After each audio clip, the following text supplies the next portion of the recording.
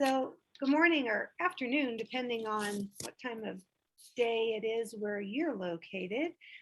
Thank you all for joining us for the second of 4 of our 2021 virtual ICDP symposiums. My name is Barb Clark, and I am the Training and Exercise Manager for the Intermountain Center for Disaster Preparedness. We're located in Salt Lake City, Utah. For those of you who are new to our organization, the ICDP is a training and education center, and we not only provide educational opportunities like we're doing here today, but we also help to create drills and exercises for organizations, and we do research into the latest in disaster preparedness and help organizations with their disaster plans. We had hoped that we'd be returning to an in-person format for this year's symposium, but unfortunately the pandemic had other ideas. It's hard to believe that it's been over 20 months since our worlds have really changed dramatically.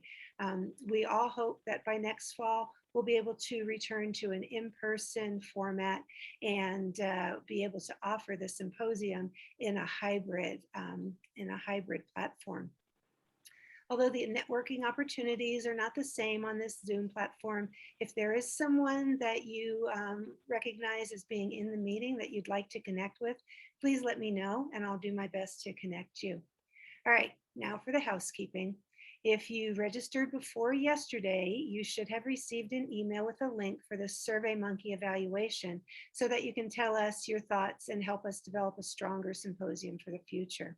If you did not receive an evaluation link, please let me know and I will forward one to you. Please make sure that your computer is on mute, and if you wouldn't mind, please turn off your video feed if you can. I know some of you can't do that, but it just helps to save on the bandwidth. Also, please make sure that your name is on your video feed. That is a first and last name so that I can give you credit for attending today. If you're not familiar with how to do that, just go ahead and hover over the participants area, find your name, and then go to the right. There'll be a little blue icon that says more. Click on that and say rename, and you'll just be able to rename yourself. If you don't care about getting credit, then don't worry about that. That's fine. If you are calling in on the phone, when you have a moment, please make sure that you email me or text me your name again for the credit portion. If you would like a certificate of participation, please also email me and I will send you one.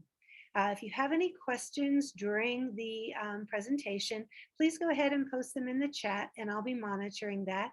If it's something that's critical and needs immediate clarification, I will go ahead and interrupt our speaker. Otherwise, if your question can wait, we will ask them at the end and I will ask you then to unmute and open your video up so Daniel can see who he's talking to. Again, thank you for your continuous support of the Intermountain Center for Disaster Preparedness. And if we can be of any service to you and your organization, please feel free to reach out because we are here to help. All right, without further ado, I'd like to introduce you to our speaker today. Daniel Homsey is the director of the Neighborhood Empowerment Network for the Administrator's Office of the City and County of San Francisco. He is a 4th generation San Franciscan with a degree in political science from San Francisco State University.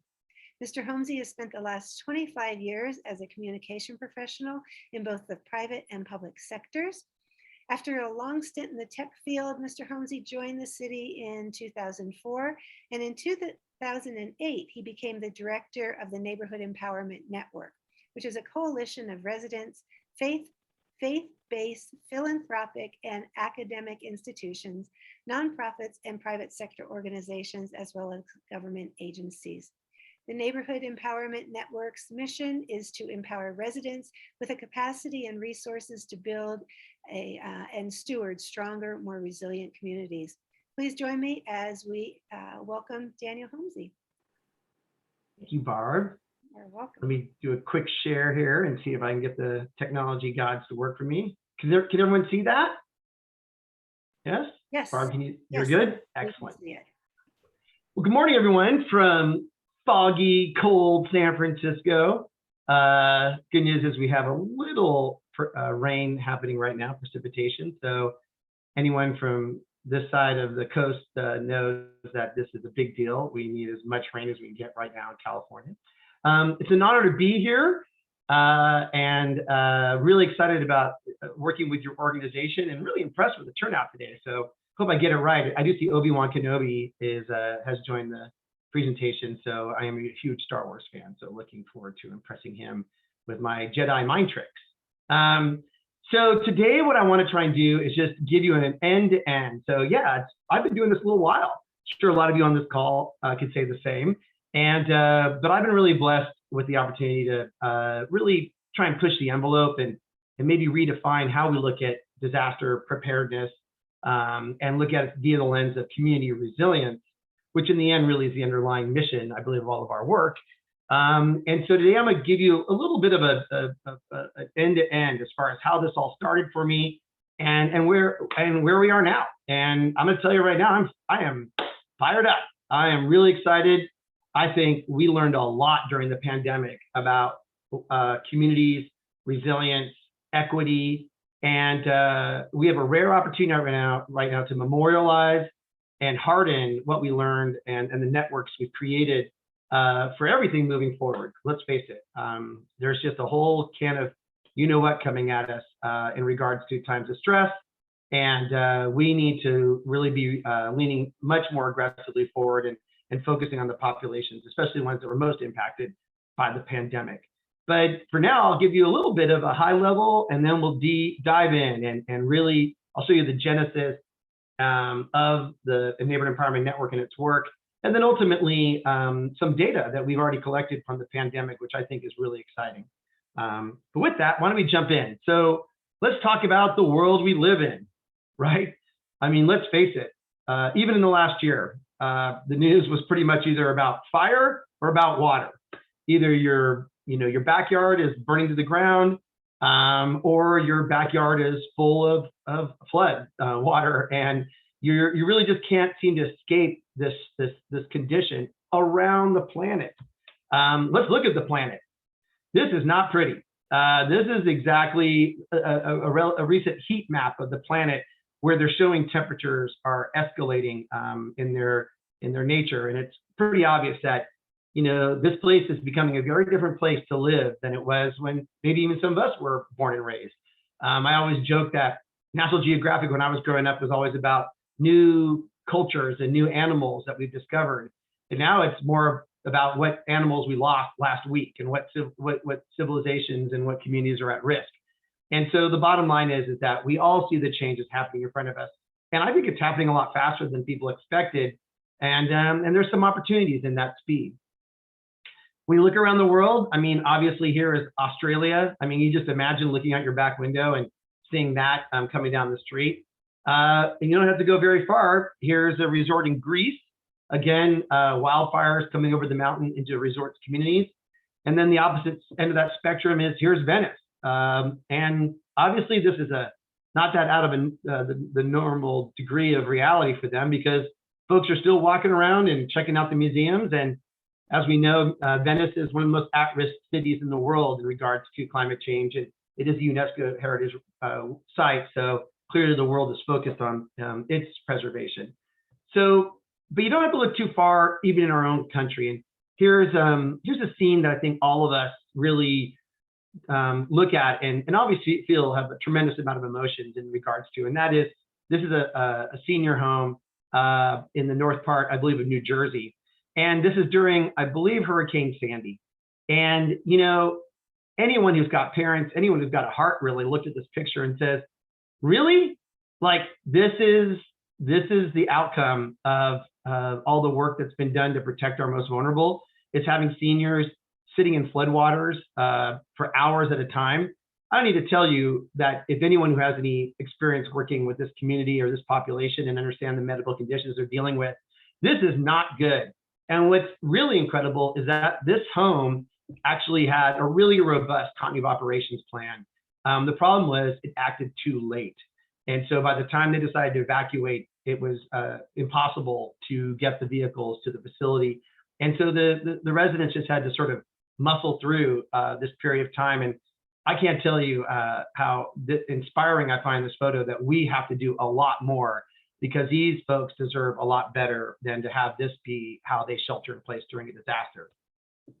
Then in my own backyard, right? Sonoma, California. I mean, let's be honest, our part of the world has gotten a lot of media over the last few years, and not good media, really sad and tragic media about the wildfires that have been burning through the Sonoma County area and the rest of the state, but especially here for us here in the Bay Area and the Sonoma County area.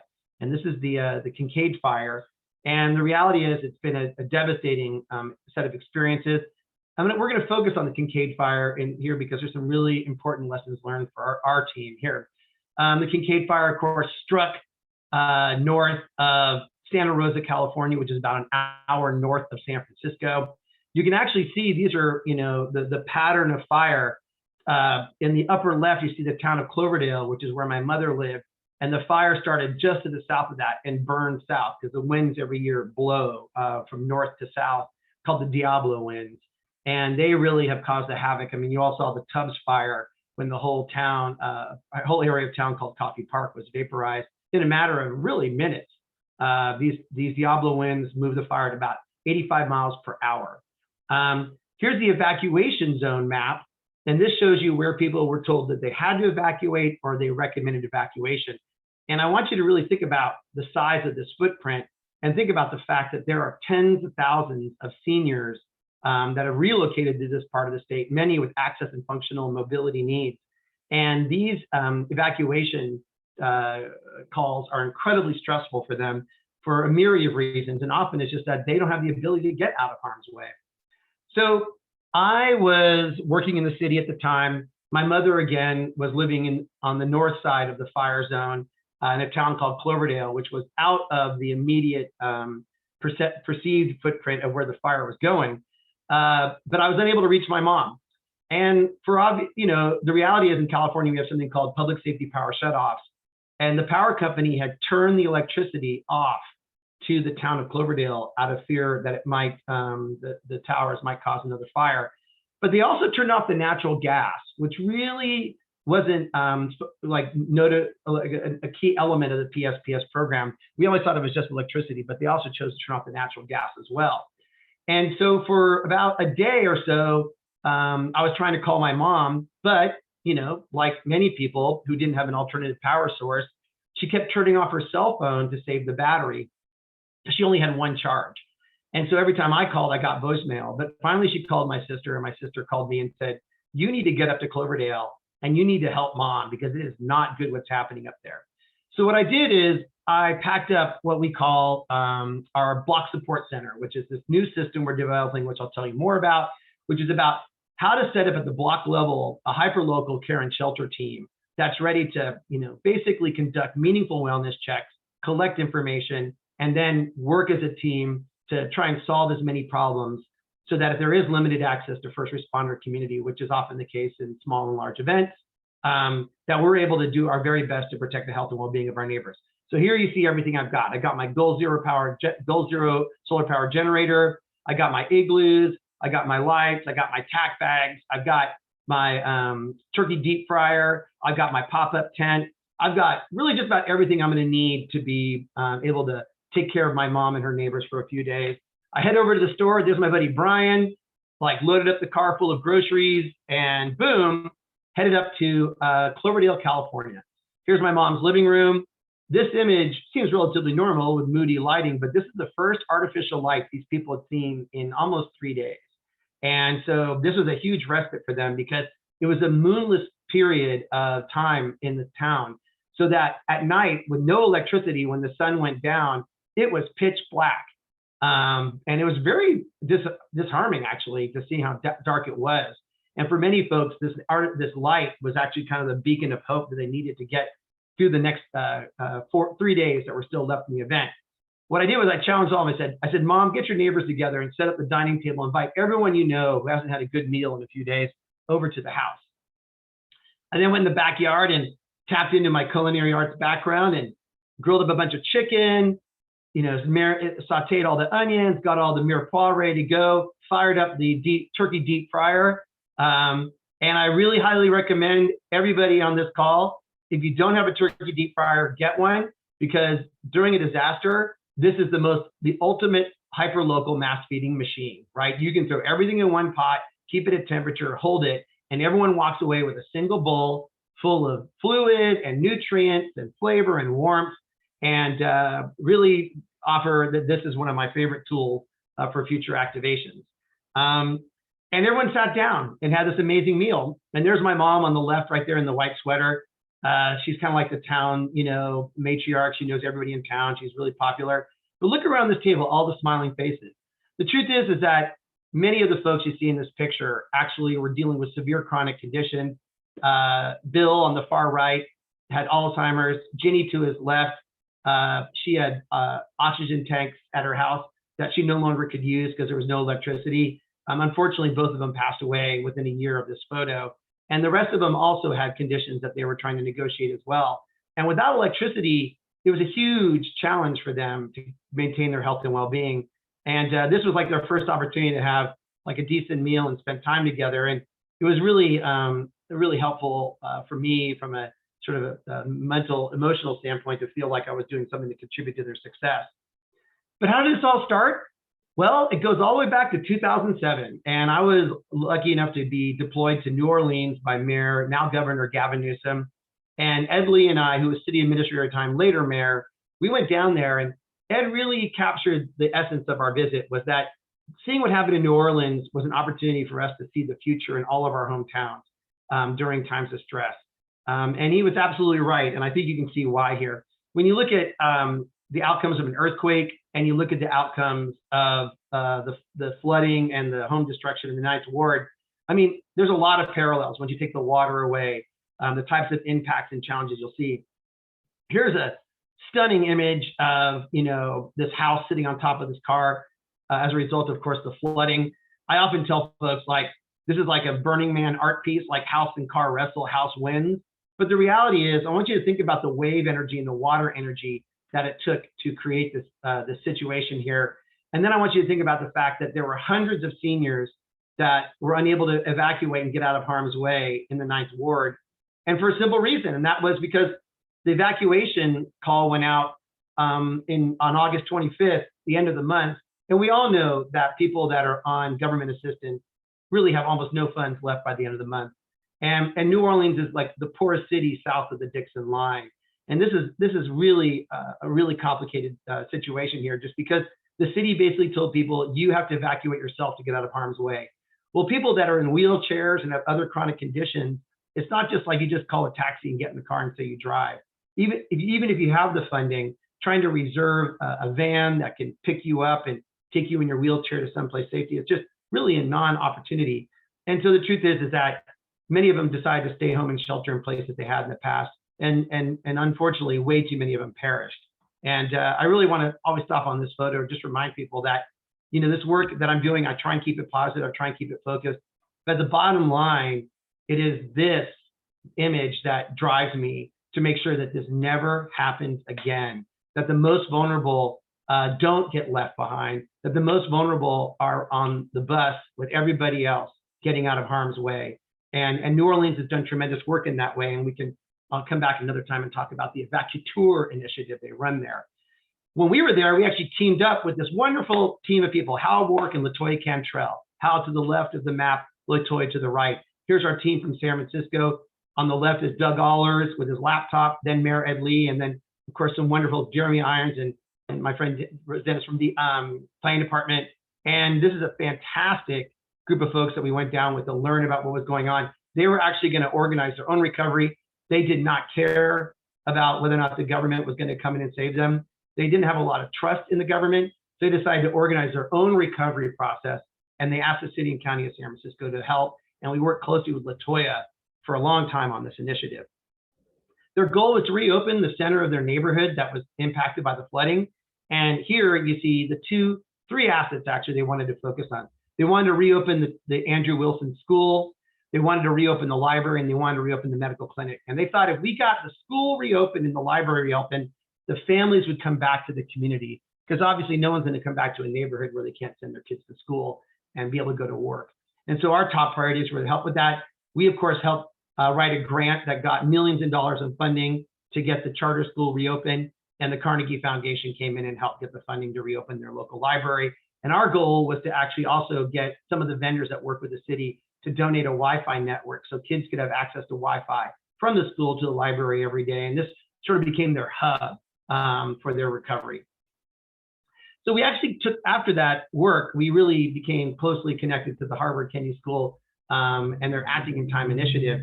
And they shared with us a pretty interesting observation. They said every neighborhood, every community has this baseline condition that sort of defines, when it's, a healthy level, right? And then a shock comes along, and you can see the red line is the shock that basically comes along and sort of challenges the community's resilience, right?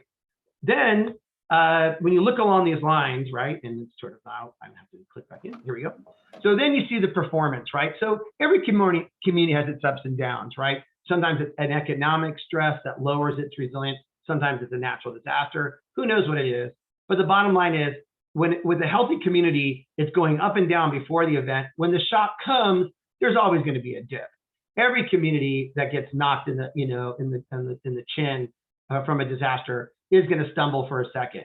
But how quickly do they actually get their feet underneath them and come back and bounce back and possibly to a better condition, right? That's the yardstick that we use to define what resilience is. And clearly here, the community that's in green is actually really an ideal condition, right? Sure, it was going up and down before the event, but it really had an opportunity to bounce back quicker because of the work it done to become resilient. The challenges for a lot of communities is that they struggle pre-event. And so whatever trends are in place before disaster accelerate. And so in many cases, unfortunately, in communities, when they do get hit with a shock, the community's performance drips way down and people lose confidence in the community, they leave, businesses don't reopen, nonprofits are struggling to meet the needs of folks. And frankly, it takes a lot longer for it to recover. We call that the resilience gap, meaning that look how much lower it dropped in its ability to sustain and maintain the confidence of the residents and the businesses and their ability to move forward collectively. And so this is what we really want to do. We want to reduce this gap and make sure that every community, no matter how hard it gets punched, bounces right back and comes together and is able to restore not only people's confidence, but the sense of community and pride that everyone deserves to have in the community they live in. So what are the lessons from Katrina? Well, this is, from Harvard Kennedy School of Government, invest today in capable local leadership that can drive rapid and substantive action. Focus on inclusiveness. Oh, I apologize for that. I have a very happy PowerPoint here. Focus on inclusiveness and embrace self-reliance. Be happy to be able to evolve and adapt as challenges arise by developing new skills and capacities. Increase their capacity to seek out interface and successfully with outside sources of help. Government, foundations, universities, corporations, and nonprofits. So again, pretty basic. Leadership development, moving ownership to this level and having people take on this amazing opportunity they have to build their community. I'm really sorry about that. Here is our network, the Neighborhood Empowerment Network, kind of broken into 4 zones, right? We have our nonprofit partners, everybody from the Red Cross, of course, to the Interfaith Council, Rebuilding Together. To the right, this amazing suite of government agencies that we already know are committed to the resilience of these communities. But honestly, they can only do so much. It really does take a village, if you will, to really help communities take ownership and move forward on their goals and aspirations. Fantastic partners in the private sector. The private sector has a huge investment and interest in helping these communities thrive. And then last but not least, what I feel is our secret weapon are the fantastic partnerships we have with universities. It's so critical that we take advantage of these institutions because they're all committed to creating the leadership tomorrow that really want to focus on building a more resilient world. And there's no reason why you have to wait for them to graduate. Tap into those organizations now, connect with the professors that have MPA programs, GIS programs, any kind of programs, and they all have to do projects in order to advance on their degree, put them to work in your communities. And we've done that very successfully in San Francisco, and happy to come back another time and talk about that partnership. So the Empowered Communities Program, well, this is our big program, right? What's it about? Well, it's pretty simple what our mission is. All residents, regardless of their socioeconomic condition, shall receive year-round culturally competent preparedness support and will get the help they need to maintain their health and well-being during times of stress. That's it. It's not complicated. It absolutely just boils down to what I think all of us agree, which is that should people have access to year-round culturally competent readiness services? Of course. Should people get the help they need to survive a disaster? Of course.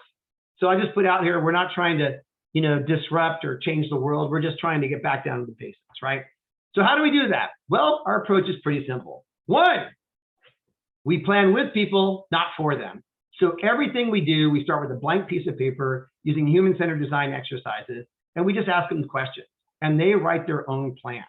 So that's a key step, is we have found if you really want to onboard a community, don't come in with documents and plans for them to implement. Work with them to write their own plan, and you'll find the plan will be identical to probably what you wanted them to do in the first place, but since they wrote it, guess what? They own it, and that's a huge deal. Secondly, we design with people, not for them. All the programs that we offer through the Neighborhood Empowerment Network were created by neighborhood leaders for neighborhood leaders.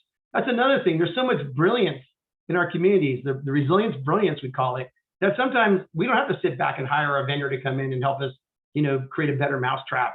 There's tons of people in the community that have these ideas. And the best part is, if they came up with it, they'll implement it, right? So we've had huge success with that approach as well. Everything we do has to be scalable, duplicatable, and sustainable. That's a big deal, right? We can't create a program that just works in one community. It has to work across all communities. And we need to offer real value to stakeholder organizations from all sectors at all levels. Let's just be honest, right? It's great to get everyone in the room for the launch meeting for an initiative, but if they don't stick around, nothing's going to change. And so our top priority is to actually make sure that every stakeholder organization, government, private sector, local, regional, they all see the benefit of staying at the table. And that really came to fruition during the pandemic. And then lastly, we need to drive ownership at the neighborhood levels of the transfer of power. It's kind of a scary thing in some cases for people to think about really, are we going to look to our neighborhoods to really step up and take the lead, maybe during the response phase or this, and this? Well, guess what we saw in the pandemic here in San Francisco was when we partnered with communities that were really struggling with a myriad of issues, from feeding themselves to getting people tested, to getting vaccinated. When we flipped over and went to a servant leadership model and actually worked with these communities and supported them in crafting the strategies around these critical mission areas, guess what? The performance went through the roof. And so I think we're all realizing now that, it's okay to bring communities to the table as partners, not as customers, because inversely, you'll get the outcomes you really want to achieve. And that is helping these communities thrive and recover as quickly as possible. Going back to New Orleans, here you go, the 9th Ward. I mean, who didn't sit and watch the news every night and just sort of look in awe at what was going on in New Orleans and the days it took to get the first responders in these communities and the level of devastation? It was incredible. But when you look at the map, you begin to realize that, you know what? That devastation happened in very concentrated areas. And frankly, the data actually was already in place to know that where these impacts would happen, because these are areas that were reclaimed areas that they built out as the city tried to increase its tax base. So many of the old neighborhoods that, were a little more affluent, that were inland and higher elevation, they didn't have that much flooding. But the ones that were, a lot of the people that were socioeconomically stressed, those did experience flooding. And many people actually identified that those levees were going to probably underperform and cause this scenario. But unfortunately, the planning and the response didn't reflect that reality. And then we end up in San Francisco, right? 49 square miles of insanity surrounded by reality, right? We're a really funky little town, and we kind of take pride in our funkiness. And one of the things that drives that kind of individuality in San Francisco are all of our neighborhoods. We have 70 hills in San Francisco, and all those hills create little valleys. And in those valleys, we incubate and create little micro communities that create their own identity. And it's really a great town to live in. It's fun to go around. But you also realize, because of that unique sense of community and that unique identity, you just can't walk in with a strategy. You say, hey, yeah, this strategy worked in Potrero Hill, it'll work in the Sunset. They're like, well, we want our own approach. So that's what the NEN does, is try and work with the individual communities to write their own resilient action plan. 1989, of course, the Loma Prieta earthquake strike. Boom, right? Intense devastation in the Marina District of San Francisco. And this was a wake-up call for us, again, reminding us that we do have the risk of earthquakes, although this earthquake actually happened 150 miles away. But the shaking motion really was concentrated in the liquefaction zones of the city, the flat areas where landfill was, and that's where the Marina District was built. Now, as we look back, though, again, similar to akin to the data we had about the neighborhoods in New Orleans, look at the data we have now, and this is the old census data. We're about to update it, but we actually know where the liquefaction zones are in San Francisco. We know where there's going to be serious shaking. We also know where people live over the age of 65. We know where they live. We know what neighborhood. that are also at risk when it comes to age. We also know where the seniors are that live alone, right? And we see that across the west side of San Francisco where we do a lot of our work. We have a lot of seniors that live by themselves on the west side because guess what? Housing prices went through the roof and the kids all moved out and left town because they couldn't afford to stay. And a lot of folks got left behind. They're now aging in place. We have a lot of folks that present that they have disabilities and we need to know where they are as well. So all that data basically gives us a roadmap of where we need to work and where and how we need to design our programs to reflect the unique needs these folks may have. They may live in an area that might have liquefaction earthquake, so we're gonna have to figure out how to evacuate them. They may live in an area that has low liquefaction, but they're definitely gonna have severe lifeline disruption. So how do we help them shelter in place and care for themselves without access to electricity, water, power, sewer, and communications for maybe up to 2 or 3 weeks? Oh, here we go. So how do we do it? We invest in capacity, connection, and resources. Leading with capacity. We're all about moving that leadership ability down to the community level to bring people together and plan to get things done. We then build connection to help those leaders connect with folks and build relationships, trust, and reciprocities. And in the final mile, once they've got their plans and their strategies, we help them find the stuff they need to get things done. It's pretty remarkable how we realize that, you know, we don't need that much stuff, but we need a heck of a lot of leaders that know what to do. We also focus on the individual. We always start with a person. Rich Serino from FEMA told me that a long time ago. Always put people in the middle, not buildings, not stuff. So we always start with the individual that we care most about, encouraging them to do everything they can to create their resilient strategy to protect themselves during times of stress. We then focus on their household, making sure they can step in and help them. It's surprising how many people have in-home care that's being delivered, and the members of their household don't even know how to do the simplest things, right, to assist them.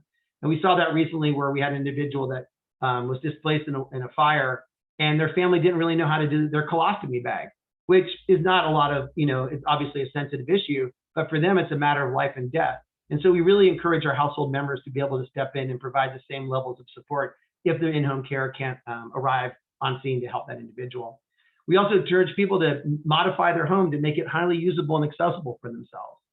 We also work with them to connect with their civic network and their social network rather, and really tie into their social network and stay close to them because those are probably going to be the ones that check on them first during times of stress.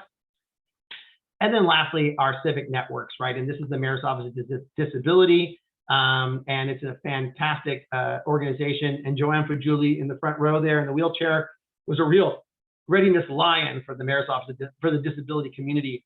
Out of Greece, everyone told her she'd spend the rest of her life in a hospital home. She said, no, I'm gonna go to America and become a champion for my community. And she certainly did that. And unfortunately, we lost Joanna a few years ago, but her voice and her passion still lives on in this work.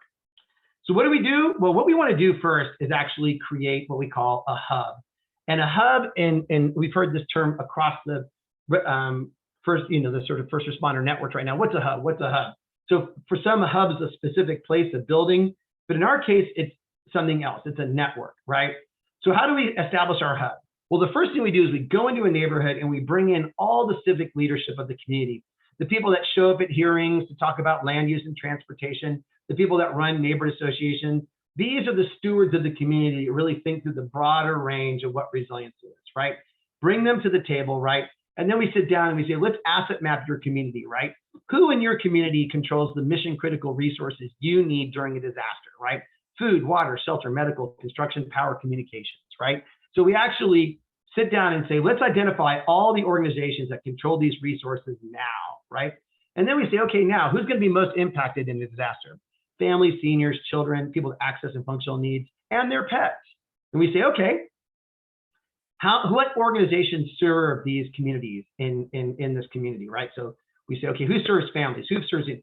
So we create a list of all the nonprofits and community serving organizations, the library, the rec center. We don't really care, public, private, doesn't matter, right?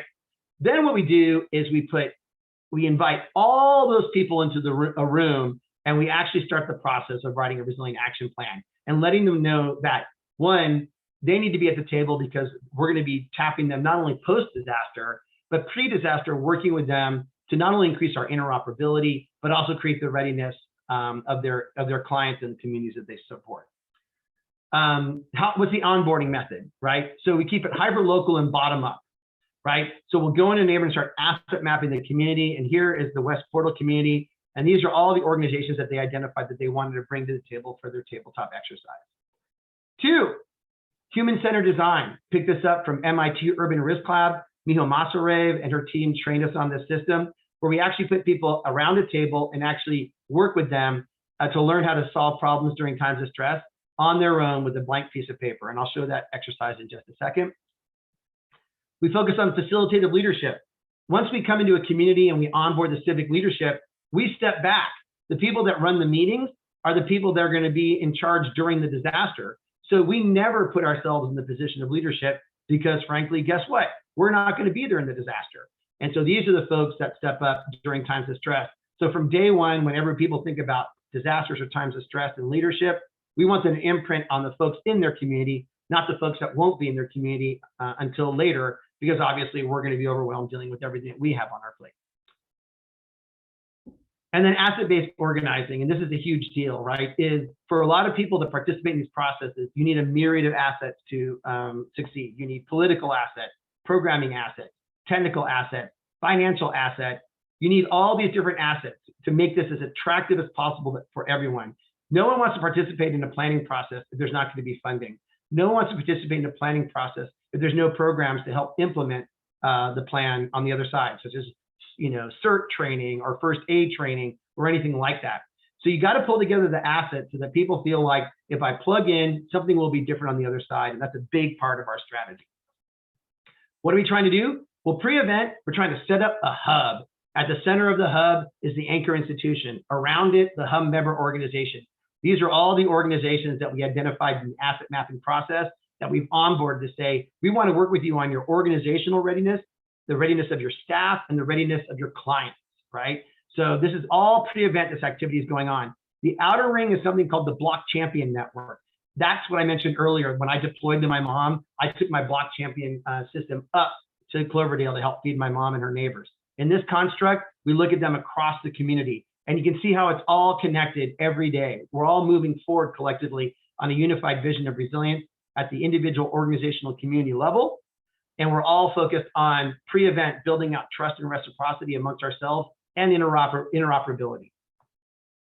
So then we do an exercise called the Run Your Resilience Zone. We run this every year, if possible, or at least every 2 years with the participants, right? We bring everyone in a room. We say, first of all, we're going to challenge you with some big challenges. Ideate, don't debate, right? Just come up with great ideas and move forward. Don't argue. Everyone can lead. When we walk in the room, we just randomly select people to lead these groups because you never know who's going to be in the room or in town during a disaster, and everybody needs to be able to step up and lead. We always recommend people, you have 2 ears and 1 mouth. I'm not using them very well in this order, but yes, today, for me, I'll take a day off, but use them in that order, right? We really need people to listen to each other. That's key, because when you start stepping on each other's ideas and stepping on each other's voices, people become disenfranchised and then splinter off and do their own thing. And then when the first responder community shows up, they have 4 teams that say they're in charge of helping the community instead of just 1. So what do? Well, we put them in a room, and this is the Ocean Avenue community that we did this exercise with, right? And we put all of them around the table, as you saw in the image earlier, and we challenge them. We say, set up a shelter for 250 people in your community. And we say, these are the things you're going to need. You're going to need staff, supplies, food, water, power, medical in the upper left corner.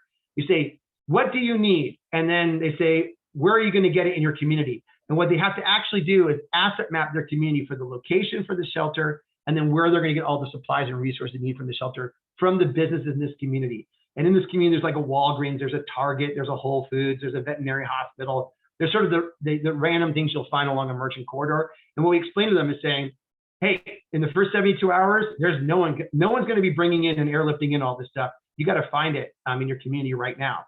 And if you can't find it right now, then let's work on getting it in your community today, so it'll be there for you tomorrow.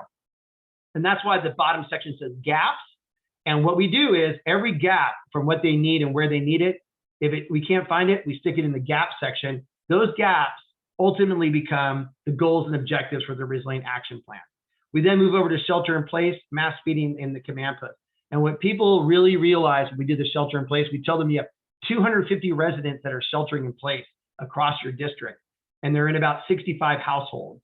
And how are you going to support them? And this is really where their heads kind of explode, because they never really thought about that people sheltering in their homes obviously makes sense on a lot of levels, but the amount of time and bandwidth it's going to take from spontaneous volunteers to monitor them and make sure their health and well-being is being cared for possibly days or weeks. As we saw in Hurricane Sandy, it was weeks that people had to have family members monitoring their health and well-being. This becomes like the eye opener for the community, because sheltering in place after an earthquake is probably the most likely situation we're going to deal with across the entire city of San Francisco, just because of our location and the fact that the scope of the event is going to be so massive. It'll take a while before we can get in and open up formal shelters and make sure they're safe and staffed and ready for people to go into. After the event, we actually, during the event, should there be an event, we train people on activating something called the Neighborhood Emergency Operations Center, the NEOC, very Klingon in its vibe, right? The NEOC activate, and then ultimately the organizations, the schools, the libraries, the supermarkets, the faith-based institutions, the ones that can open up what we call a Neighborhood Support Center, NSS, right? Or NSC rather, NSC, apologize. And the outer ring is what we call the block support centers. And this is what I set up when I went up to Cloverdale, is a place on the block, garage door open, whatever it is, pop-up tent, and says, this tent is supporting everybody on this block. So if you want to help your neighbors, come here and join the team. And we'll talk more about that in a little bit. And then year round, this is what we're doing, right? It's what everyone here may be familiar with the Planning P. Well, I was at TEACS in Texas A&M University at Disaster City, and I saw the Planning P, and I was like, well, what about the Resilience R? And the Resilience R, the blue, brings in all the stakeholders, like I mentioned before. We assess and inventory what assets they have in their community and stakeholders and resources. We run the Run Your Resilience Bill exercise. We set our goals and objectives. We make our investments in connection and capacity and resources at the individual, organizational, community levels. We then either have a disaster or some kind of shock that we test against, or we run the Run Your Resilience Bill exercise and just make sure that we are keeping our muscle memory going and our relationships strong. As we turn back to start another year of planning, we bring in new data. I mean, all of us are seeing, shocks and stressors in our communities recently that we've never seen before. So we always bring in new data regarding emerging risk hazard assessments, factored back into our assessment and inventory needs, bringing additional stakeholders to the whole process again, right? And we never stop. It just keeps going and going and going. And that is how you establish and maintain resilience, in our opinion. One of the disruptive, cool, fun things we've done in San Francisco is a program called NeighborFest. And this is a program that came out of our sort of like, growing awareness, and I think we've all experienced it, that there's a lot of fatigue out there when it comes to talking about getting prepared for disasters. And some of the people kind of aren't responsive to it because, frankly, they're already kind of afraid and nervous about times of stress. And when you come in with sort of like, we need to get you ready for disaster, you're going to die, your family's going to die, they're like, you know what, I know you're right, but I just can't handle that. Like, I already have enough stress in my life. And the pandemic actually kind of amplified people's anxiety around this. So we said to ourselves, well, what kind of activities are positive that communities already do that really will actually help them achieve the target capabilities we need them in order to come together and actually thrive during disasters? And we got a couple cool data points. One was LSU. LSU did a fascinating study of community recovery in New Orleans. And they said the most common organization that stepped up at the neighborhood level and drove the community response wasn't the neighborhood association or a nonprofit. It were the dance troops, the ones that organized the teams for the parade. And those dance troops actually were so proficient at fundraising and organizing and taking on projects and planning and implementing that they simply modified their mission and took on recovery. And so the way they kept that network going and kept its skills high to do all those key activities for recovery was by organizing something positive a year. And that was their participation in the Mardi Gras parade. Inversely, here in San Francisco, when we had this gas line explosion, we heard about a family that actually had come together after one of their mothers had passed away and had dinner every Sunday night as a community. And what happened when the gas line exploded was that same network they created as a result of that monthly or that weekly dinner ultimately pivoted and became their way they worked together to rebuild their community. So when we looked at San Francisco, we said, well, what's the most common civic activity where people learn how to come together around something positive, put a team together, actually figure out how to plan and produce an event that involves everything from bringing in their neighbors, engaging them, giving them information, maybe possibly giving out food, doing a light mass feeding exercise, and just increasing social cohesion. Well, guess what? We figured out what it was. It was the block party. So what we've done here is created a version of this block party called Neighbor Fest, and we're really excited about it. Here you can see the traditional trappings. To be transparent, the upper left image, that's my street. That is our Bella Vista Street, and that was our first Neighbor Fest that we hosted there. I want to be very clear. I never asked anyone to do anything in our communities that I'm personally not doing, because they can always smell when you're like telling people to do something you haven't already done. So everything that I encourage people to do, I've already done, and I actually show them the images of the work we've done. Here's another one down the street on Cayuga in another neighborhood nearby. And just for the record, this weekend on October 17th, there's going to be over 100 block parties the same day in San Francisco. We're working with a lot of those folks to help advance their resilience via this project. One thing I love about this program is the cool things people do. Like sometimes there's cool blues brands, and there's my buddy Jeff rocking the bass in front of my house in the back there, right? But down in Noe Valley, some guy drags out his own pinball machines, right? And actually says, let's have a pinball tournament. Over on Elizabeth Street, there was a belly dancing flash mob, and these two women came out of their house, started belly dancing. Before you knew it, there's 35 people in the street all belly dancing together. And I don't know about all of you, but we don't have a big budget for my program. I certainly wouldn't even be able to forecast, like, we should have a flash mob belly dancing contest, or let's rent a bunch of pinball machines. And so one great thing about this program is when we give people the nudge to get the program up and running, their event plan, and then they add in this layer that makes it hyper local and amazing. And frankly, for me, I love going to these block parties because the food's always amazing, but you never know what people are going to come up with to entertain themselves and their friends. The key thing there, of course, is creating connection, right? So in addition to the block party, we always make sure that a fire truck comes by with first responders, the police department comes by and greets folks. And we also promote our NERT program here in San Francisco, which is the CERT program in many other counties. And you know what? Meeting these folks when it's not stressful in a positive environment has a huge impact on people's perception of these institutions during times of stress.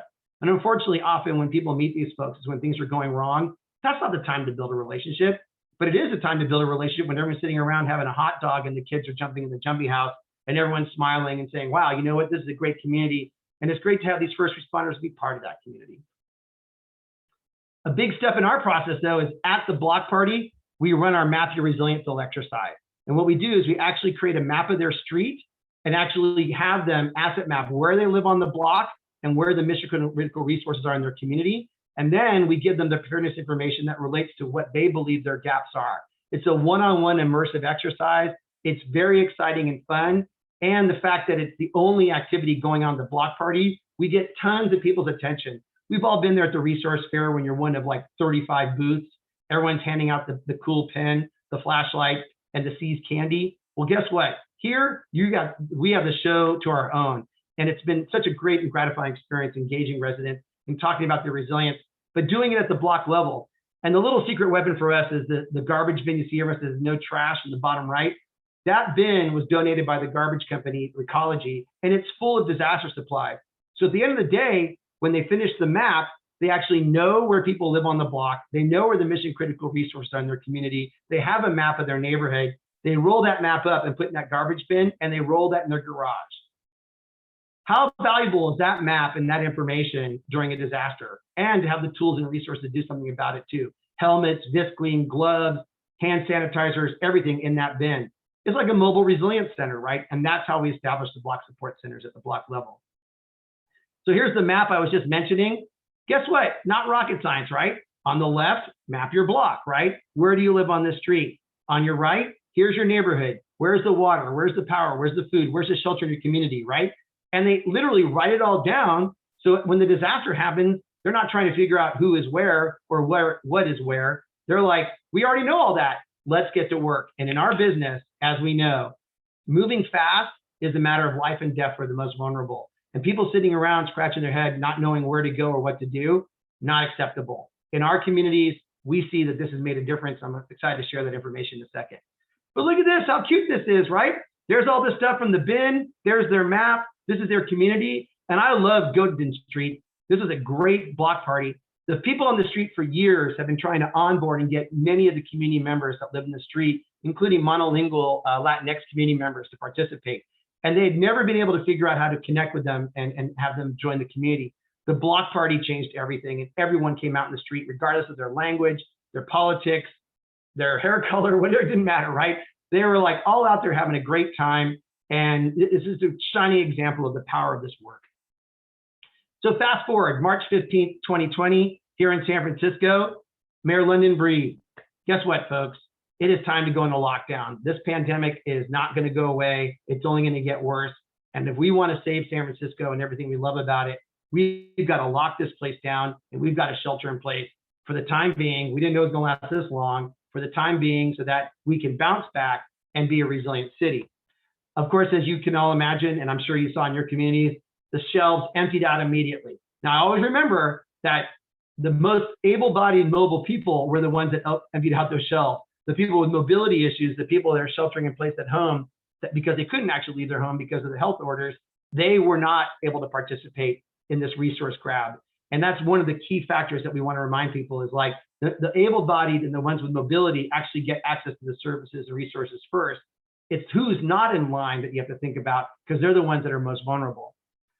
Of course, we activated our social distancing, started in our testing sites, and our local institutions, be it a nonprofit, be it a bar, be it a supermarket, be it whatever, some of them had to close down and said, we'll see you later. Well, these were actually civic network hubs, and the fact that they shut down actually amplified people's sense of isolation. People were like, well, I always go to that bar on Friday night and see my friends. Now the bar's closed. Like, how do I see my friends? How do I go to church? How do I, go to the nonprofit for my Friday luncheon with all my friends that were all aging in place in this neighborhood? I haven't seen them now in months. And that really became another layer to this disaster, which is the mental health side of it. And I think we've all seen in our personal lives how that's manifested, and in some cases, not well. And we want to do everything we can to avoid not only the physical harm in our communities, but the emotional, psychological harm as well.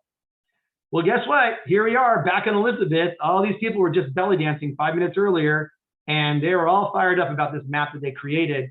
And we went back and actually conducted an assessment. So we, out of the 100 block party hosts that had hosted NeighborFest in the city, we got 25 of them to participate in an 85-point assessment of this program. And the data was amazing. First and foremost, I want to acknowledge the important work of Professor Daniel Aldrich from Northeastern University, focusing on social cohesion and its importance during times of stress.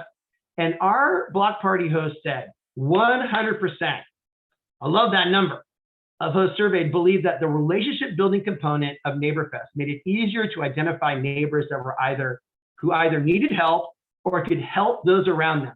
Let's break that into two pieces. One, they were able to identify quickly who needed help because they had met them during the block party and had developed social cohesion to engage them. There are a lot of people that need help after disasters, but won't accept it from strangers.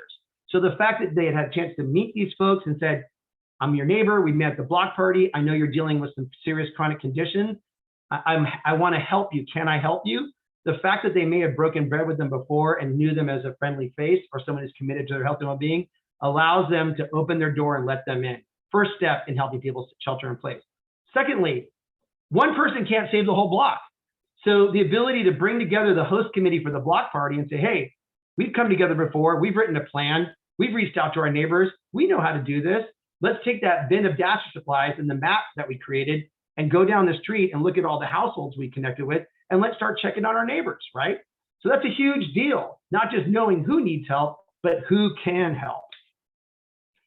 Other rapid fire statistics, 86% of hosts initiated a response to COVID-19 shelter-in-place orders in their neighborhood, even though we never told them, hey, you're gonna be ready for a disaster, so step up, directly for a pandemic. They did it anyhow. Why? Because they love their community. 48% of hosts provided support to neighbors that were in need on a weekly basis. They activated the shelter-in-place care and shelter model automatically on their own. Now, how did the program contribute to their success? And that's our quantifiable analysis of our work. 80% of hosts felt that NeighborFest was effective in preparing hosts to assemble teams for COVID-19. 80% said that the planning of the block party actually helped them build the team, that they were able to pivot and work through the pandemic. 76% of hosts reported feeling prepared for every situation they encountered while responding to the needs of their neighbors. Think about that. Every situation, 76%, I mean, I was not counting on that level of response. Very inspirational, very exciting. 86% of hosts felt that NeighborFest did enhance their community's preparedness for COVID-19 shelter-in-place orders. Think about that. You know, hardly anyone really has spent a lot of time. We think about shelter-in-place, but we haven't had a lot of time to really think about preparing neighbors to help people shelter in place. 86%. That's an astounding number. Now, fast forward back to the situation with my mom up in Cloverdale, right? So in the center of town, they did set up a community resource center, a place where you can get water, access to electricity, and information, right? So they set this center up in the middle of Cloverdale in the fairgrounds, right? Some of you may have like rural communities or suburban rural communities where you've got this blended audience. That's Cloverdale, California, a town of 8,000 people surrounded by ranch and vineyards and all these rural communities, right? But all these people flooded into town for resources because they couldn't get it where they were. Of course, there was the classic charging station where they're getting their phone set up, right? Well, guess what? The local Kiwanis Club and the Lions Club realized that all these people didn't really have any access to food while they were there, and they weren't really going anywhere, because what they also realized is that people drove to town to get the access to the electricity, but since all the gas stations didn't have electricity, they couldn't buy gas to get home, so they just decided to stay. And slowly the crowd in the fairgrounds went from 50 to 200 and on up. But here they are, cooking up a storm. Dave over here, Dave Ojeda and his team from the Kiwanis Club, all the food in front of them came from the Starbucks. Starbucks was like, we have no electricity. This food's all going to go bad. They dropped it off at the fairgrounds. They started this hyper-local mass feeding strategy. Why is Kiwanis the one group that we could lean on? Because every year they run the crab feed, they run the pasta feed. These people are professional mass feeding experts, right? And so the bottom line, it was an obvious opportunity to leverage existing capacity for folks that put on events and feed everybody else. And I'm sure many of you in your town have a Rotary, a Lions, or a Kiwanis Club. Don't stop, pick up the phone, call them up and say, hey, can we talk about how we could work together if we ever had to feed a lot of people quickly? And you'd be shocked at how excited they would be to have that conversation. And you might already be doing that, so I apologize if I'm sitting on your existing resilience brilliance. But I just want to put out there, if you haven't thought about it, it's amazing. Then the food bank, of course, came in and showed up to help everyone. And this was a godsend. It arrived after 5 days. It was a long 5 days, but they did get there eventually and distributed tons of food in hours. And so many people were relieved to get out of the just-in-time feeding model and have enough food to return to their home. Then the World Kitchen showed up, right? How cool were they? They showed up with all this amazing food. It was hot, it was delicious. And we were able to feed these folks one last final meal before the power and natural gas turned back on. I want to put out there that we went from 50 to 200 to over 700 people in that in the parking lot. And because we weren't in the direct path of the wildfire, the city was told that they weren't going to get any Red Cross or county support to set up care and shelter. So the city had to scrap this whole thing together. They were literally making runs to Costco and buying $5,000 worth of food and bringing it back. Fortunately, the roads were working and Costco was open. But they strapped this whole thing together. They bootstrapped this whole thing up on their own. And it really was a fantastic opportunity to really see organically how small towns can already come together during times of stress, but also do more if they put more energy into it. And there they are, Alma, Katie, and my friend, oh my God, I think it's Rosario, I forget, he's amazing. Just what a symbol of unity, right? This guy works all over the world feeding people. He comes pouring into town, and the hyperlocal network stepped up and partnered with him and really got it done. It was fantastic. Meanwhile, over on Wisteria Street, my mom activated her block support center. So we set up these solar powered generators, right? Offered her neighbors electricity so they could have power if they needed it for their phones, et cetera, et cetera. She set up a grid and began to check on all her neighbors doing wellness checks. And there were some seriously high need residents on her street, people with dementia, whose children lived in another state, who hadn't eaten in days. And my mom and her neighbors came together. And what was great about this is my mom's like 84 years old in this picture. People would consider her to be the victim and the person that needed help. You know what? She became the hero. She went out. She was helping her neighbors that were like needing, like one of the neighbors, Bill, who had Alzheimer's, had fallen out of bed. She was the one that went over because Jenny didn't have enough energy to pick him up. My mom went over and picked Bill up and put him back in bed. And never underestimate that everybody can contribute to their individual resilience and those around them. And it doesn't always mean you have to be able to bench press 250 pounds and run through a burning building. Sometimes a simple thing like a door knock and a simple question like, how are you doing? Can I bring you a glass of water? does more to help someone during times of stress than anything else. And it was also a great information update. People would come in and say, hey, listen, I heard the natural gas is coming back online in an hour. Tell people to stay home so PG&E can come in their home and do it. And that information sharing accelerated the recovery as well. Here is that soup I made. One thing I had to train everybody on was just because you make a great meal on Saturday doesn't mean on Sunday it's going to be healthy for you unless you store it properly. So I trained them on how to use these coolers and take the leftover soup with all the protein, the chicken, the vegetables, the chicken stock and everything, put it in the coolers, create an ice bath, cool down the soup, and then close it. Then come back and serve up portions and people could take it home and reheat it at their home. And my buddy there, Jim, actually had an RV that he had a stove in. He would actually reheat it for the community and give out to his neighbors as well. But safely preparing and storing food is a huge deal because any one of these residents that may have potentially eaten the food and got food poisoning and got dehydrated, let me tell you, that was not the time to go to the hospital. So this is a huge step in the process of making sure their health and safety is okay. Here we are on the final mile here. My friend Felicia Thibodeau, who just won a Jefferson Award for her work here in San Francisco, taking care of her neighbors via her nonprofit IT Bookman, and a call from the White House thanking her as well for her leadership. Here she is interviewing LaToya Cantrell. Now, Felicia's grandmother drowned in the 9th Ward, the community I mentioned earlier too. She did not get out in time. And Felicia has dedicated her life now to making sure that no senior ever get left behind. And her work with seniors and housing is a seminal work in the city. And again, the recognition she got during this pandemic is phenomenal. And I'd be happy to bring her back one time and talk about all the amazing, cool work she did to really work outside the box and go from feeding 400 seniors a day to over 300 seniors every day getting fed through her program. But the other young lady on the stage with her, LaToya Cantrell, you remember her earlier? I mentioned that she was doing the work in the Broadmoor community in New Orleans, right? She was one that stepped up and said, you know what? We're going to rebuild this community and we're going to do it on our own. And it's going to happen. It's going to be amazing because we're going to do it. Well, guess what her job is now? She's the mayor of New Orleans. So it's also a story to, again, as I go back before, just because you're not a professional first responder doesn't mean you can't be a first responder. And it doesn't mean you can't become a resilience expert. It doesn't mean you can't lead your recovery.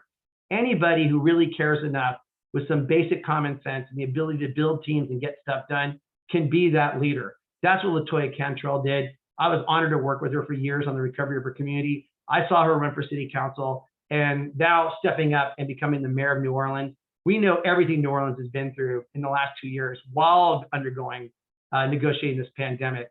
And she's had a steady hand and kept that community on track. Everything from the Hard Rock Hotel building collapse to the tragedies at Mardi Gras to the pandemic to now Hurricane Ida. And she's really an inspiration for me and an amazing woman. And I would highly recommend, Barb, you get her on a call one time because let me tell you, if you think I know what I'm doing, I look like a rookie compared to Miss LaToya Cantrell. And I'm honored to still call her her friend. And we should all, basically keep her in our thoughts right now with everything that's going on in New Orleans, because once again, that town is trying to come back. And it will. And why? Because they have the leadership at the city and the community level to do so. And her statement for you would be the same one that she gave all of us one day that Felicia and I repeat all the time. And it says, the cavalry is not coming. You are the cavalry. And as soon as you realize it's time to saddle up and ride into battle and save your community, the sooner your community will start its response and recovery process. And that time that you don't spend waiting for someone to come in and do it for you, like I said before, could be a matter of life and death for some folks in your community, but also begins that dip that we saw earlier. And the longer you wait to get in there and bootstrap and turn it back up, the harder it's going to be to reverse that momentum going down as opposed to bouncing back up. Lastly, here's my mom.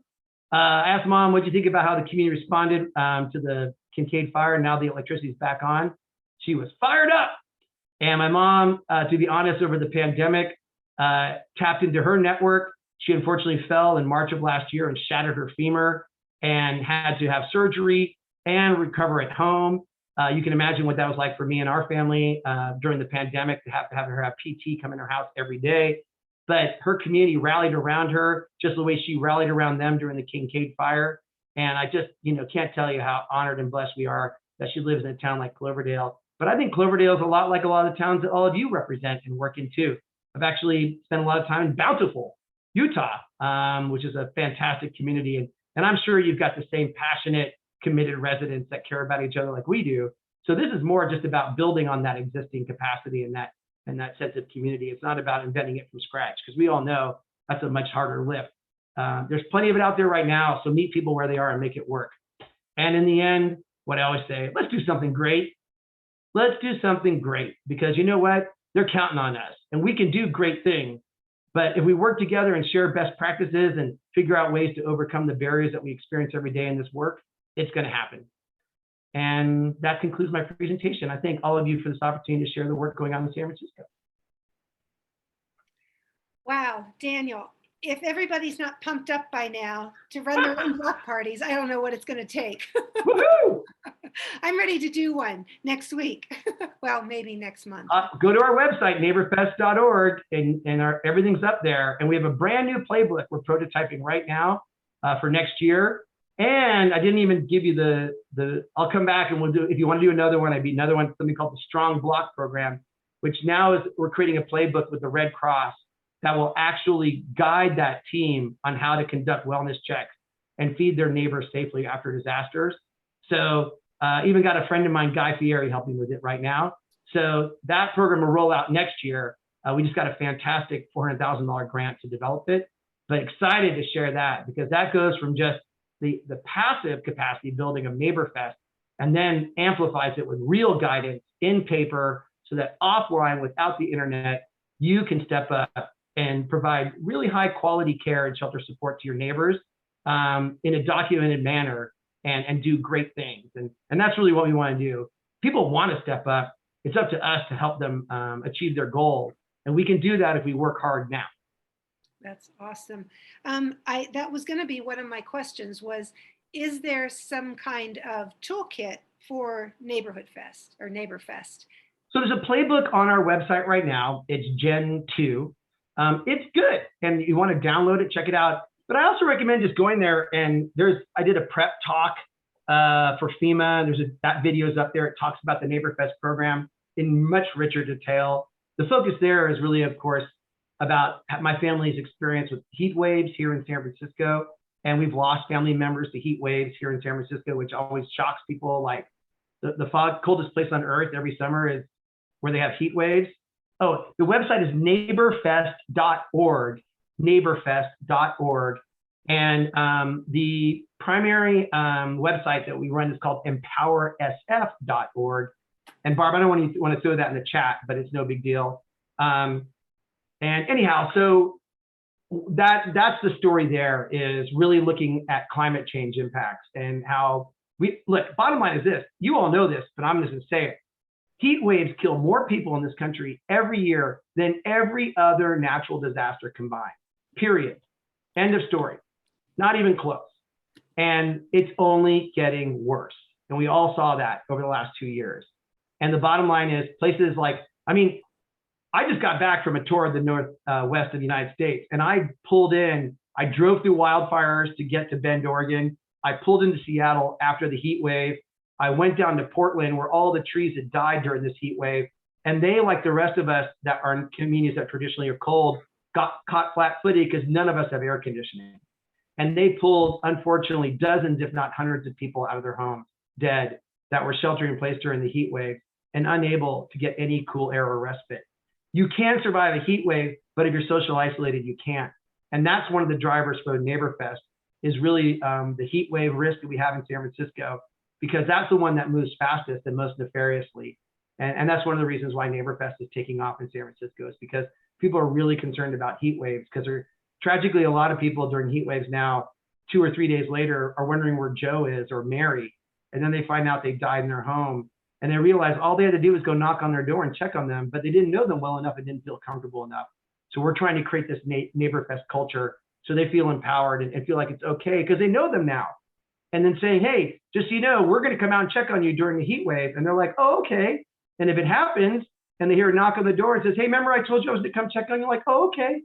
And anyone who's dealt with folks that are aging in place know that pre-event commitment and that pre-event agreement really does unlock the door to help them. But if you've never met them before, unfortunately, we live in a world where people are a little too suspicious of who's knocking at their door. And we saw that in the Tubbs fire in Santa Rosa, that people were knocking on each other's doors in Fountain Grove saying the fire was coming. And because they didn't know who was knocking on the door, they stayed behind. And that's why Santa Rosa launched NeighborFest 2 years ago. There was a question about getting the slides. Just so y'all know that this presentation will be on our Facebook page, and I will send you the link. It's just too long for me to put here in the chat, but I will send you all the link in a follow-up email. But you can. Barb, I can share with you like a little NEN overview blurb that sort of breaks out our program with links and things like that, because there's stuff all over the place.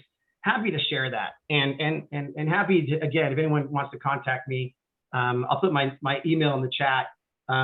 Happy to do whatever I can to support your work, because it's really important. And I actually have a little, my father is an architect, and he designed all the lodges at Deer Valley Ski Resort. And so spent a lot of time in Utah. My sister used to live in Salt Lake City. She loves that town. River rafted the Green River. Spent a lot of time in the southern part of the state. Love Utah. Love to come out there maybe for one of your upcoming events and bring my kids out there and let them see the great state and the great Salt Lake. It's a fantastic community, and whatever I can do to help the folks out there, I'm committed to.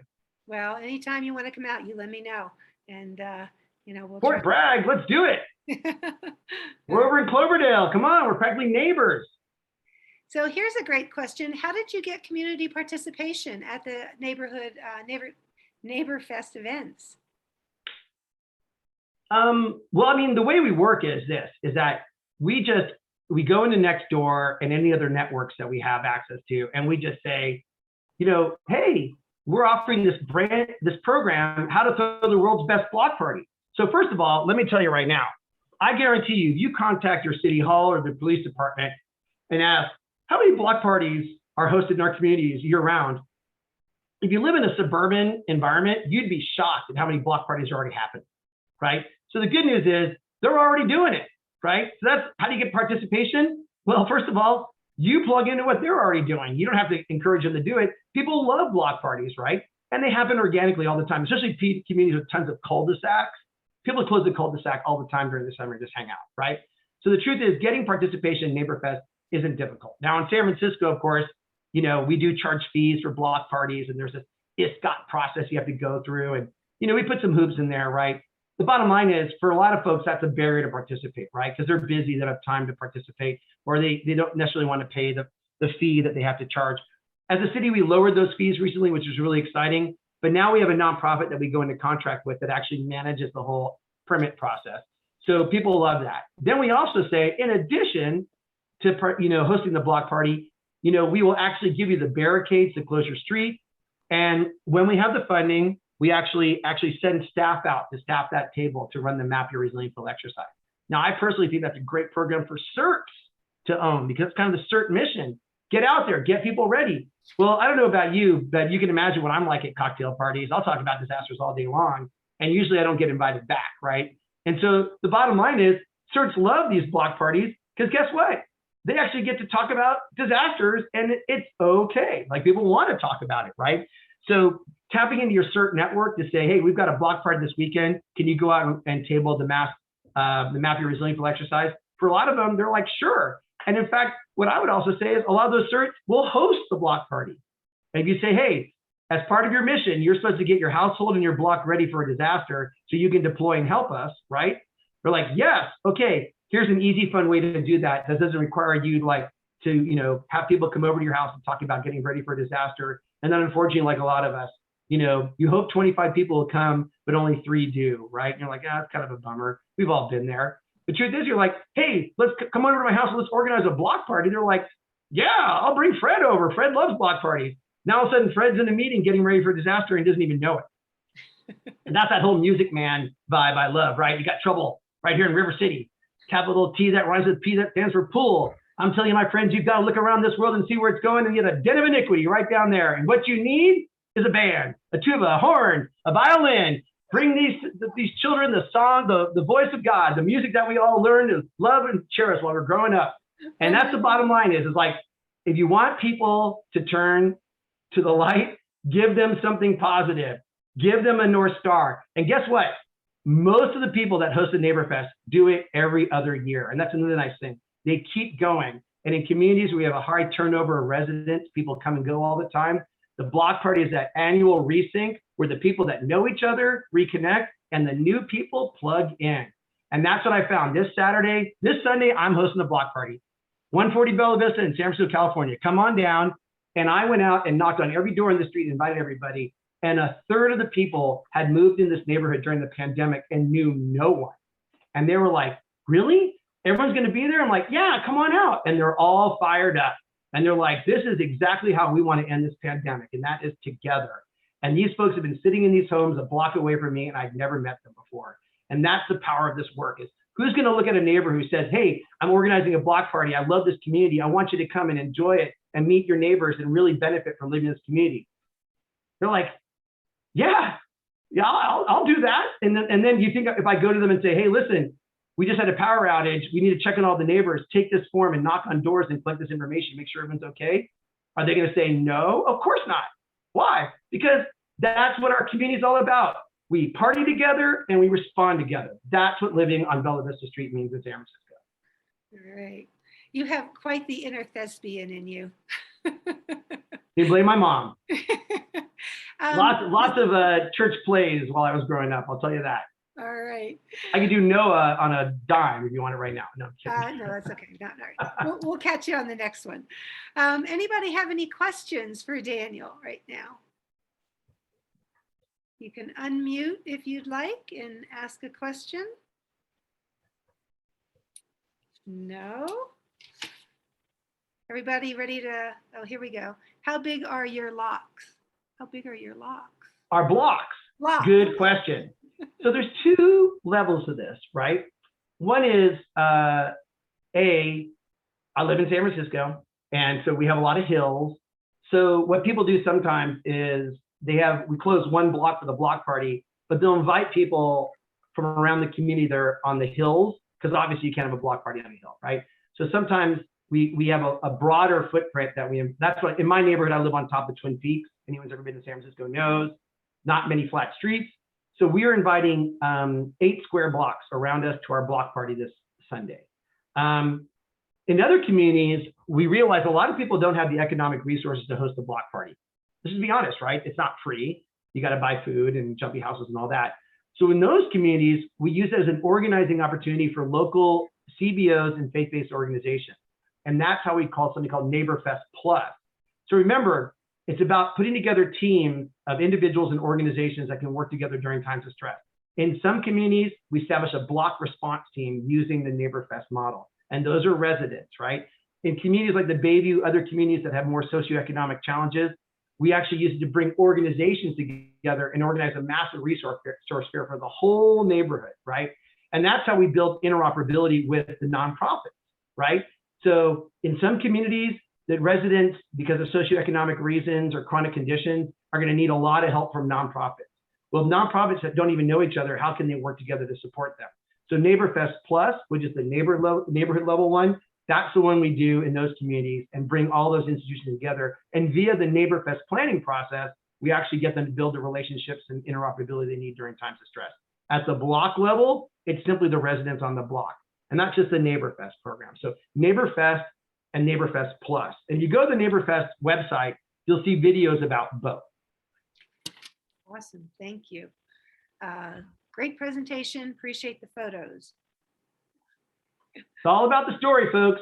Yep. And I know, look, all of you probably know more than I do. So I apologize for ranting and raving. And I'd love to actually, sit down and hear all of your stories. And, because the bottom line is that this work is so critical right now.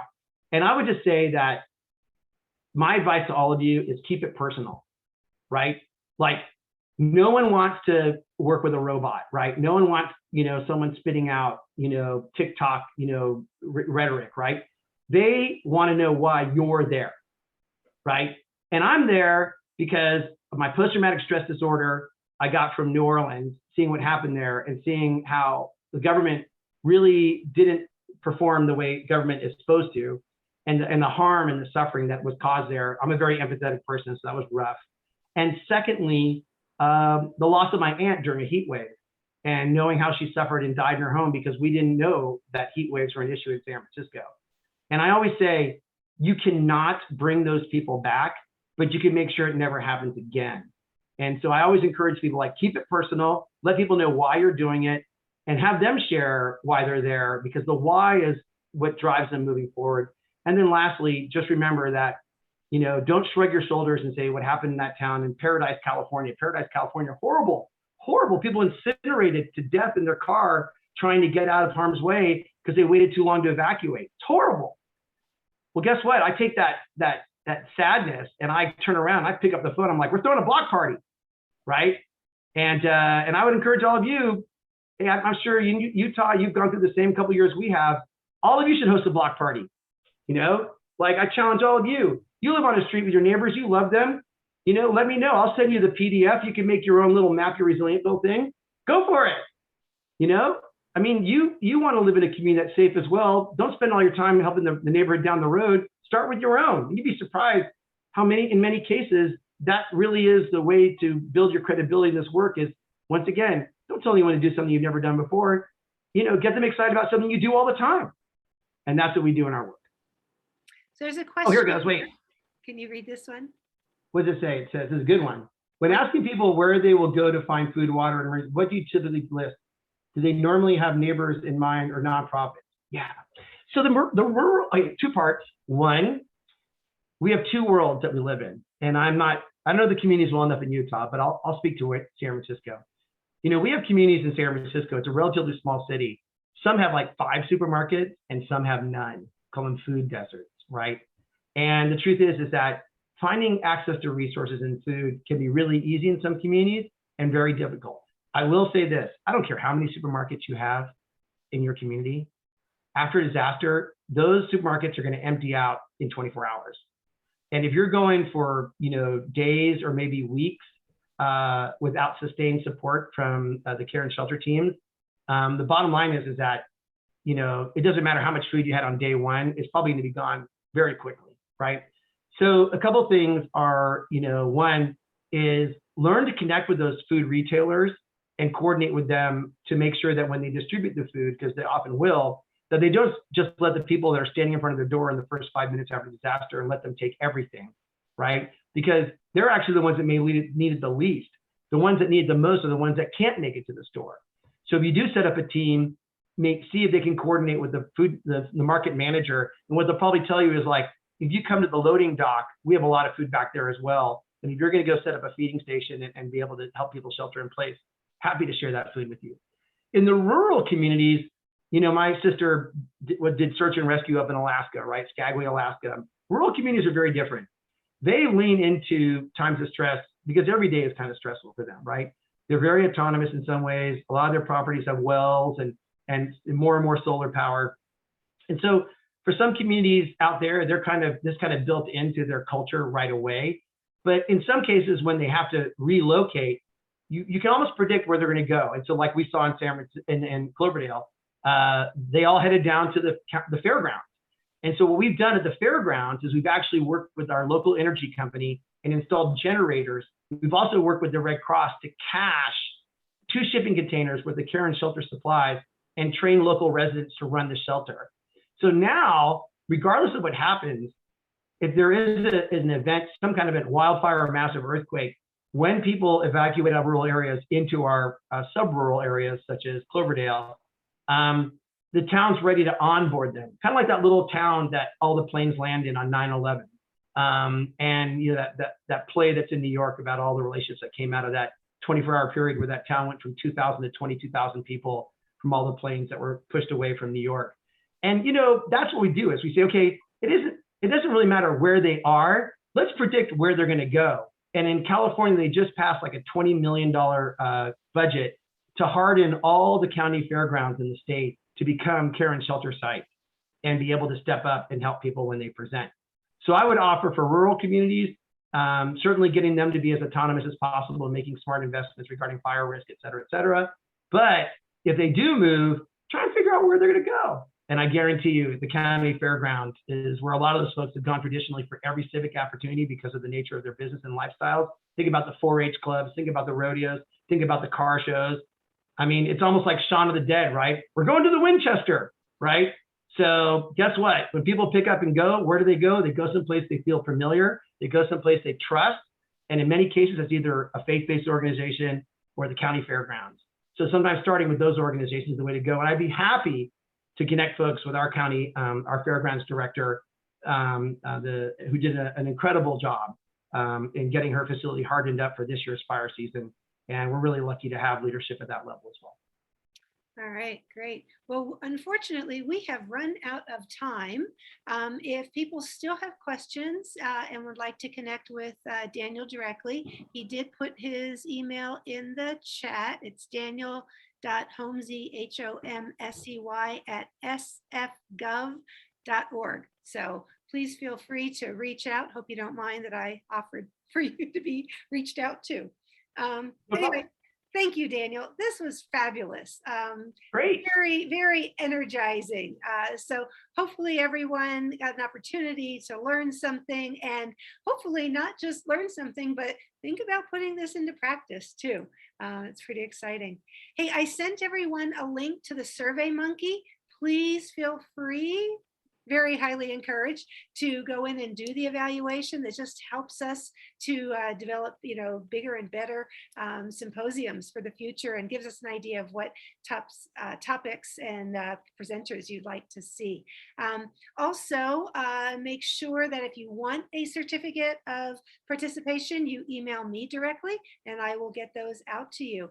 2 more symposiums coming up the next 2 Wednesdays. Please join us for that. I sent you all those links as well. So thank you everyone for your attention and participating. And Daniel, kudos. It's a great program.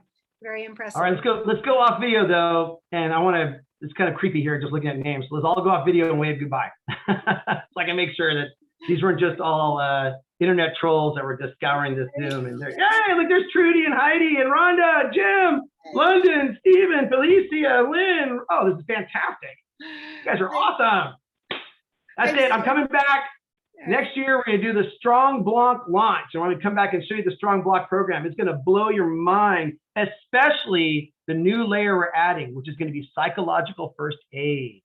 We've got this new tool that we're going to deploy at the block level so that people can avoid mental trauma as much as physical trauma. Excited to share that with you. Looking forward to coming back next year and maybe we can talk about it. All right. Sounds all right. Look at Sandy. Yes, FD. All right. This is great. All right. Now I feel better. I'm sorry. We've had problems with the bandwidth just dying, so. No. It's just look at all these awesome people. Look at Annie. Annie's in shock. She's just like, oh my God, this guy, he either needs to be in rehab or he needs to cut down the coffee. It's just ridiculous. So very, very exciting. All right, look at Lynn. Lynn can't stop waving at the camera there, or she's cleaning her film. I can't tell what she's doing. All right, everyone. Thank you all so much. You know where I am. Come and see me or email me, and let's do cool things. All right, let's do great things, everybody. Let's do great things. I missed my slogan. Let's do great things. All right, y'all stay safe and have a good week, and we'll catch you next week. All right, Daniel, I think that went great. Thank you so much. I think so too.